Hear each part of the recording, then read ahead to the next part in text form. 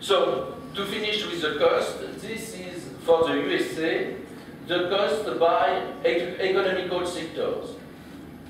The larger one is for the drinking water and sewer systems. Motor vehicles is also a large one. The defense is a large domain when the corrosion is involved. And also, it's interesting to see, a small industry, pulp and paper industry, is not a huge industry with respect to the other sectors, but the corrosion is very important for this industry with respect to the amount of the product of this industry. And here, highway bridge, it's due to the fact that the bridge is not only for metallic bridge, but also for a bridge in concrete. You have armors in metals, and this one can corrode too.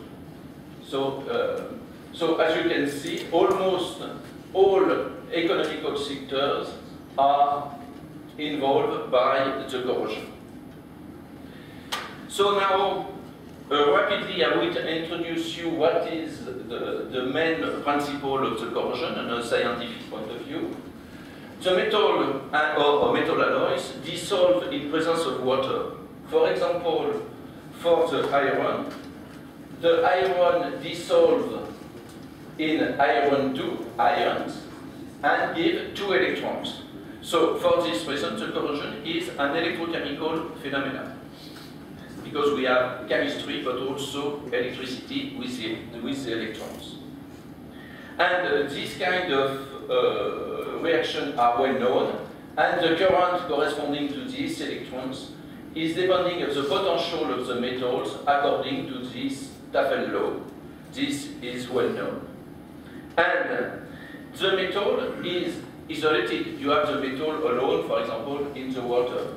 So an electrochemical point of view is necessary to find something for these 2 electrons. And for that, these 2 electrons produced must be consumed, and they are consumed by another reaction. And this another reaction is, there are a lot, but in general, it could be the reduction of water. And if you are in aerated medium, it could be the reduction of oxygen. So, in order to have corrosion, we need to have 2 reactions, one anodic with production of electrons, and one cathodic with consumption of electrons. And you have, in order to understand the corrosion, it's necessary to have in mind that we have to take into account the 2 reactions. So, the previous reaction, the anodic dissolution, can be written current versus potential like this. It's an exponential law, so in semi-logarithmic scale, it's a straight line. It's the same for the cathodic one, but it's decreased when the potential increases. And at the corrosion potential, we have both. We have the anodic and cathodic reaction simultaneously.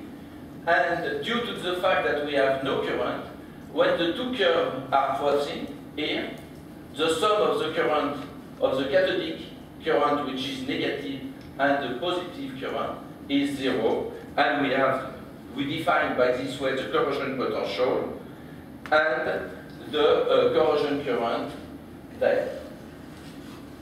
Okay? So, by this way, we can modify the anodic or the cathodic reaction. For example, if the metal is passivated, if it's passivated, the current is independent of the potential because the current is protected by an oxide layer. And in this case, the corrosion potential is given by this value. But if you change the cathodic current, for example, if you increase it, it could be due to the increase, for example, of the mass transport. You increase the cathodic current, but you don't change the corrosion current, but the corrosion potential moves in the right direction.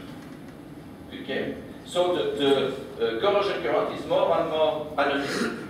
This seems on these slides not a problem, but this curve is not infinite in this direction, and if this potential move too far in this direction, you can have some other trouble, like a PT.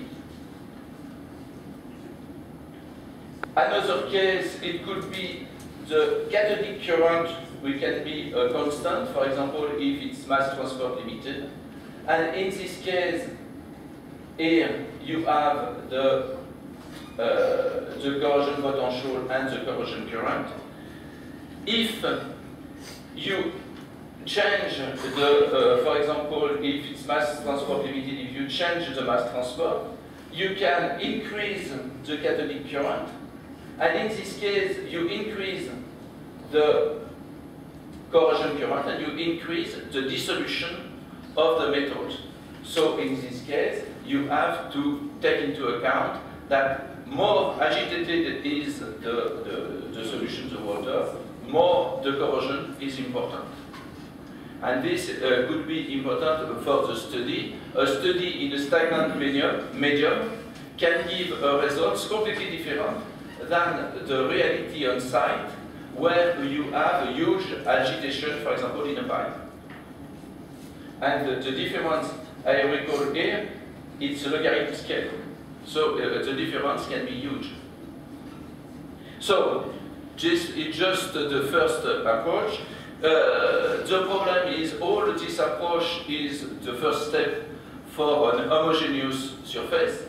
In a lot of cases, the metallic surface is like this, very heterogeneous due to the fact that you have different phases, different metals if you have alloys and something like this. So the corrosion, for example, on the black part and on the black part are completely different, and in this case you can have also coupling, and it could be so the problem is more complicated. Here I just want to show you an example of localized corrosion. When it's heterogeneous, when it's homogeneous, it's relatively easy, but generally these problems are solved. Now, the major part of the problems that we have to solve in corrosion are the problem of localized corrosion, and the biocorrosion is one. So it's the surface with this is corresponding to the current is homogeneous. The localized biocorrosion has not started. By some way we start the biocorrosion, and you can see in one part of the surface the current increases a lot. And if we continue, this is after 24 hours, the current, we have some fluctuation, but the current increases always. And in this case, you have a few millimeters per year of corrosion, and this is huge, and you can have a hole very rapidly. So the way to solve till now biocorrosion, the only way that I am sure is with a closed circuit, for example, is to add a biocide. And if I add biocide, I kill the bacteria and I suppress the biocorrosion, and I start again with an homogeneous corrosion. And with homogeneous corrosion, the problem is not solved, but almost. So in conclusion, you have to remember the cost of the corrosion, of course. It's very expensive. And for the study, the corrosion is an heterogeneous phenomenon, and the corrosion is not a steady-state phenomenon. What you have just after at the beginning could be completely different than what you have few months or few years later. So it's necessary to follow the process during a very long time. And the prediction at a long time of the corrosion is one of the actual challenge. And one challenge I have on this one is to plan the corrosion for the nuclear wells that we have put underground for 1 million years. We try, but it's really a challenge. So thank you very much for your attention.